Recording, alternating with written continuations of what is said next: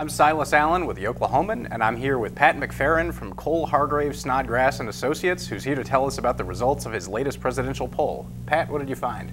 Well, the presidential primary elections are still very, very fluid, and what happens in Iowa, New Hampshire, South Carolina, and Nevada will affect ultimately what happens in Oklahoma.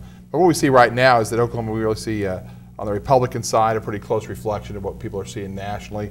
We have Donald Trump leading the charge in Oklahoma with 25% of the voters supporting him, Ted Cruz at 21%, and then it drops down pretty significantly to 9% for Marco Rubio. One of the fascinating things to me is that we still have 26% of those with a history of voting in Republican primaries are undecided. And I guess it might not be real surprising given how many candidates are still in the race. On the Democrat side, we still see a real hesitancy in embracing Senator Clinton as the presidential nominee. She does have an 11-point lead over Bernie Sanders, 36-25. Martin O'Malley at 4, Rocky De La Fuente, Mark Steiner, a few of the other minor candidates that very few people have heard of, didn't actually register any support out of the 300 interviews. But there on the Democrat side, 36% remain undecided, which I don't think is a good thing for Senator Clinton because everybody knows who she is. How have these results changed since the poll you all conducted in October? Well, on the Republican side, Ben Carson has collapsed. He was leading in October. That's what's happened nationally as well. He's now at 6%, still in 4th place. I think a lot of people had expected Governor Jeb Bush to push up at some point. We've actually seen him slip a little bit from 3 to 2. Trump's numbers have gone up a little bit. Rubio's have stayed flat, and Cruz's have risen quite a bit here in the state. What kinds of voters are driving that support for Trump? The key group for Trump right now are really liberty issue voters. About 17% of the Republican primary electorate, and he's got very strong numbers there, getting 34% of the vote among those voters.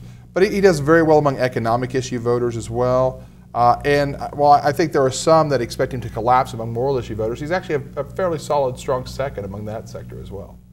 You mentioned one of the interesting dynamics here is that in Oklahoma now, independents can vote in the Democratic primary. They can. Now, I'll tell you, so that could change what happens here.